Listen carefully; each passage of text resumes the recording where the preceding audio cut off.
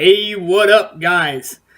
In this video, we're going to be refurbishing a set of marching drums. I was on Craigslist recently and I seen a post from a woman selling some marching drums for $75. Talked it down to $50. I thought to myself this would be a great project to do and also make an excellent set of standalone toms. As you can tell, they're not in the best of shape. And after getting them home, upon doing further research, I learned I'm actually missing a drum. I have an 8-inch, a 10-inch, and a 12-inch. It's supposed to have a 13-inch also. Not a big deal. I figured it'd still make a great set of standalone toms, and that's what I intend to do.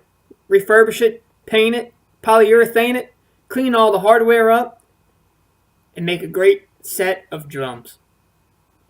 Alright, I'm going to start by breaking down the drums, taking all the hardware off, removing the loops, the tension rods, and the lugs, and also the mounting brackets that mount the toms together. I don't know the name of them. I wasn't able to find the parts online, so your guess is as good as mine. If you know, leave a comment. Let me know. Educate me, please. Also, it's helpful to have a white bucket or some type of container to be able to keep all your hardware together. And that's why I have the bucket on the table.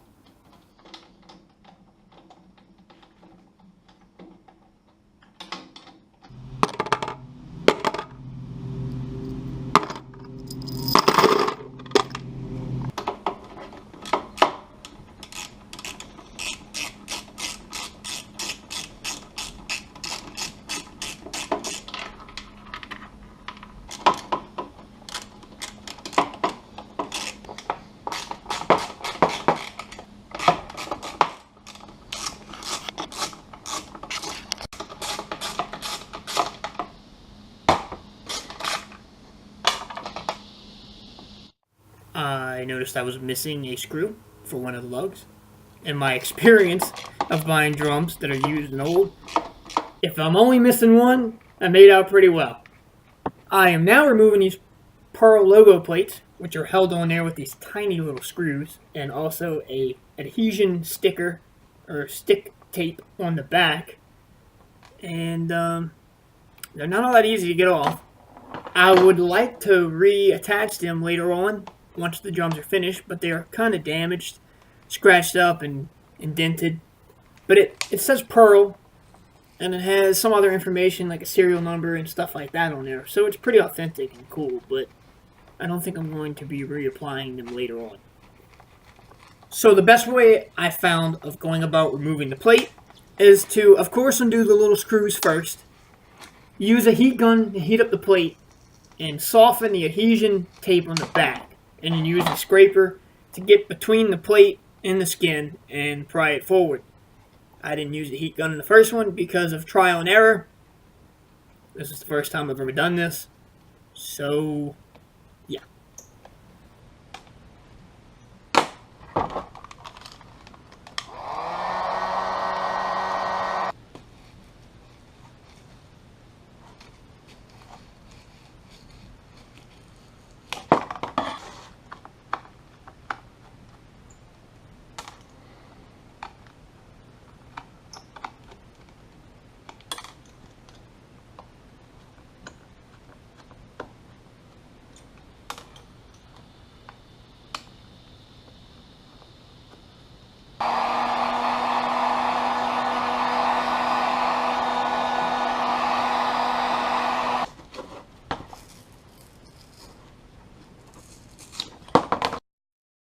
Alright, moving on to removing the vinyl skin from the shell.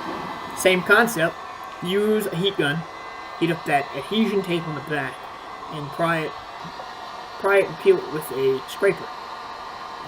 Do this outside or in a well-ventilated area because you will probably burn the vinyl in certain spots as heating it up, and that is not safe to breathe in, plus it stinks.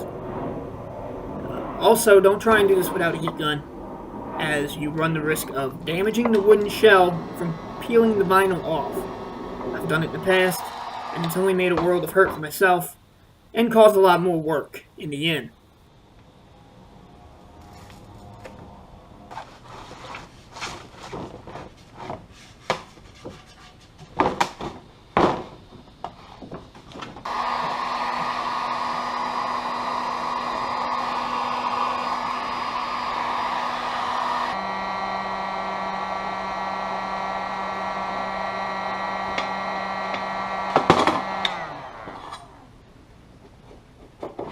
I got pretty lucky when it came to taking these vinyl skins off of these shells.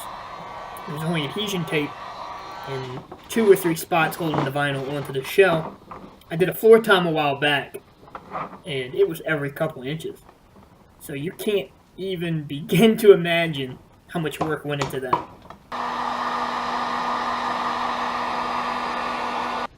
I'm using a razor blade to aid the help of removing the vinyl. If you do this, be sure to not cut so deep. You don't want to cut the wood because then you're going to have a gash in the wood that you're going to have to sand out later on before you paint.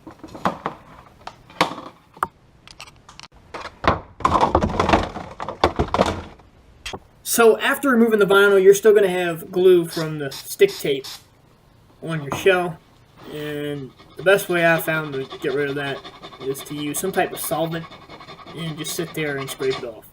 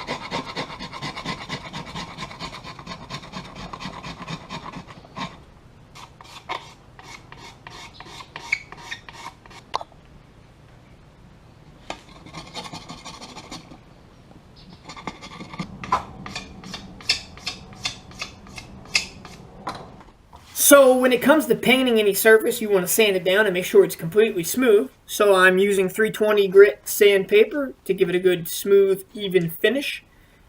And I will be bondoing the seam where the shell meets. You will see that very shortly.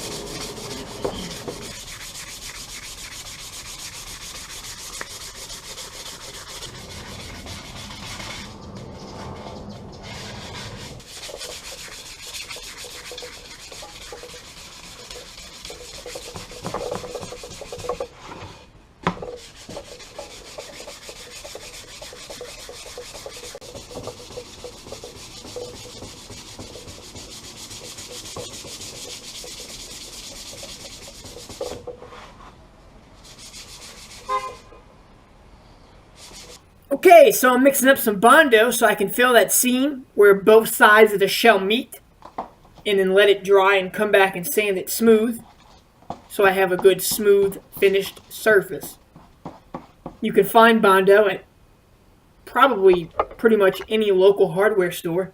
I found it at my local hardware store. I can leave a link in the description for you. Also, go ahead and give this video a like. That'd be awesome. You know, subscribe. I think it's in the bottom right-hand corner. Maybe. I don't know. Don't hold that against me. I'm not entirely sure where it's at. It's red. It says subscribe, so go ahead and punch that subscribe button. Thanks. So you may have noticed I am wiping off the excess Bondo, and that's so I don't have as much to sand down later on once it dries.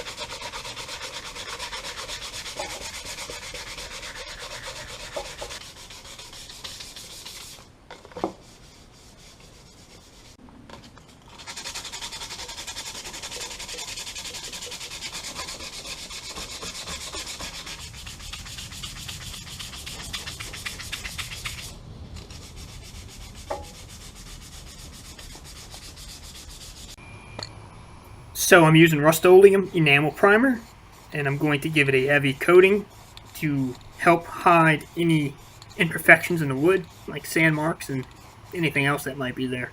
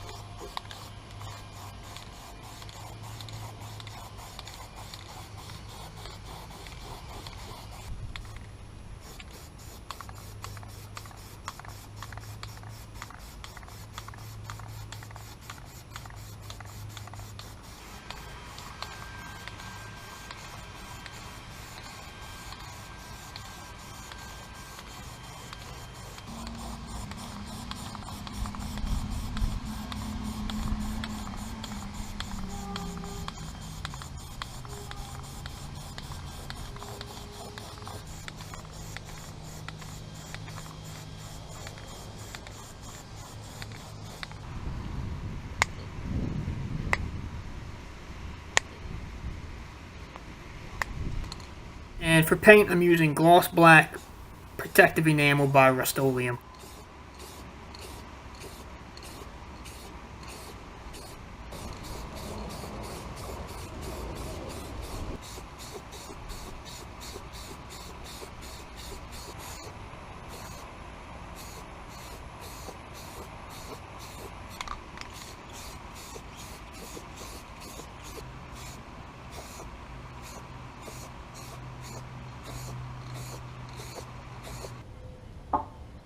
And to seal the paint job, I am using a clear gloss, oil-based polyurethane made by Varathane.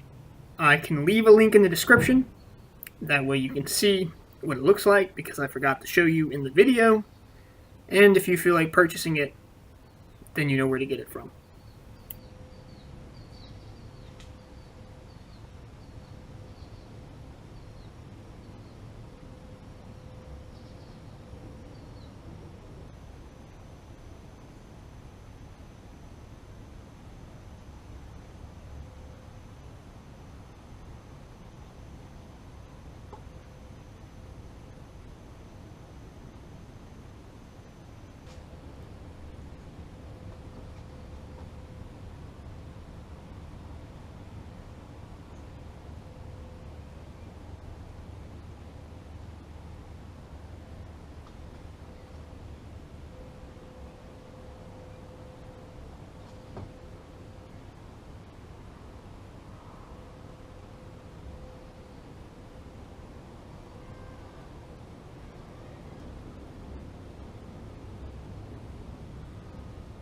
So for the sake of trying to make the video shorter, I did not show doing 2 coats, but I did 2 coats of polyurethane for the shells.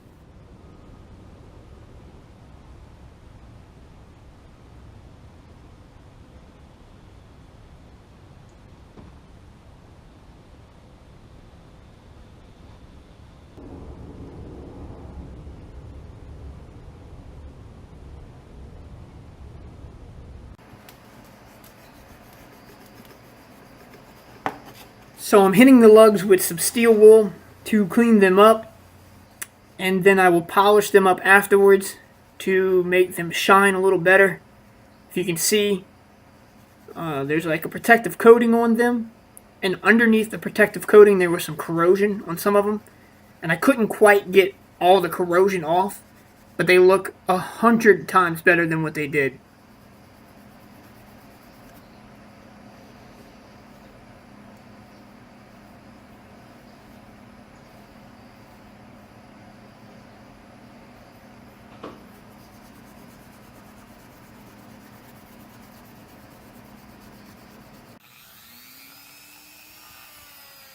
To aid in the process of helping remove the corrosion, I use an abrasive scuff pad on a rotary tool, and that kind of worked a little better. And then I would polish them up with some abrasive compound, and it came to a pretty decent shine.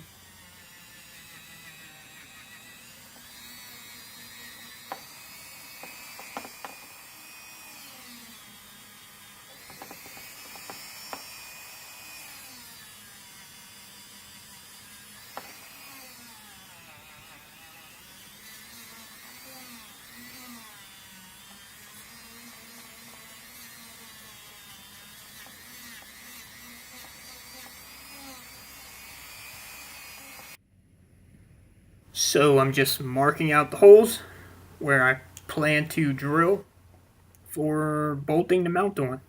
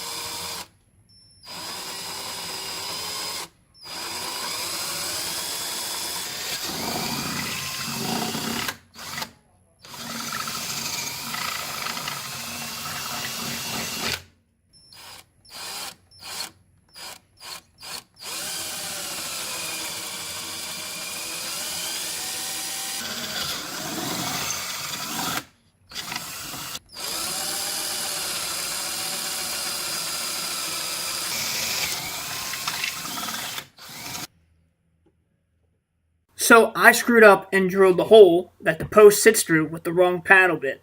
Then tried to go back with the right size paddle bit and re-drill out the hole, and that doesn't work. It creates a lot of damage. So I came back with the rotary tool and cleaned it up a good bit and got it to the right size diameter.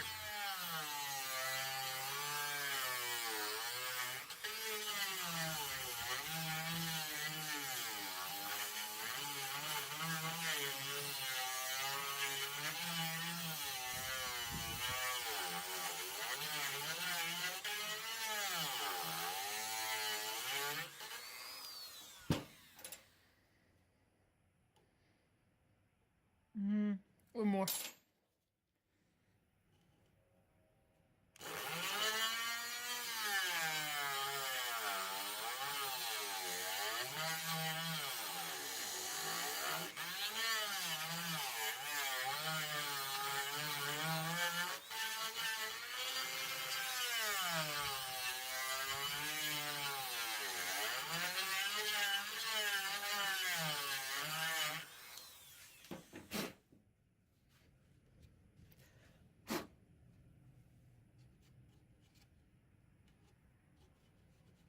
Alright. Pretty sure I fixed my fuck up. Hopefully.